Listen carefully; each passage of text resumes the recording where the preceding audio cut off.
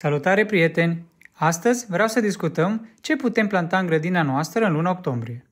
Mulți cred că toamna înseamnă sfârșitul grădinăritului, dar e o perioadă excelentă pentru plantat. Încep cu usturoiul, o cultură simplă de toamnă. Îl plantez la 5-6 cm adâncime, cu vârful în sus și îl las să hiberneze. Până în primăvară, va fi bine înrădăcinat și gata de crescut. Apoi, pun și ceapă pentru verdeață din arpagic mic. Chiar dacă nu se dezvoltă complet, la primăvară va porni imediat. Dacă vremea permite, putem planta salată de toamnă, spanac sau mărar. Acestea rezistă bine la frig și răsar repede în primăvară.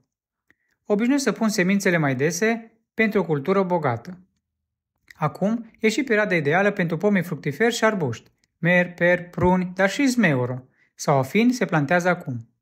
Pământul este moale și umed, perfect pentru rădăcini. Când plantez pomii, adaug îngrășământ natural în groapă.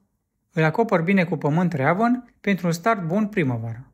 Pentru flori, octombrie este luna perfectă pentru lalele și zambile. Bulbii se pun acum ca să înflorească frumos primăvara.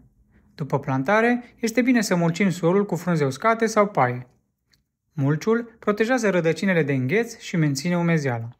Așa că dacă aveți chef de grădinărit, nu lăsați grebla deoparte.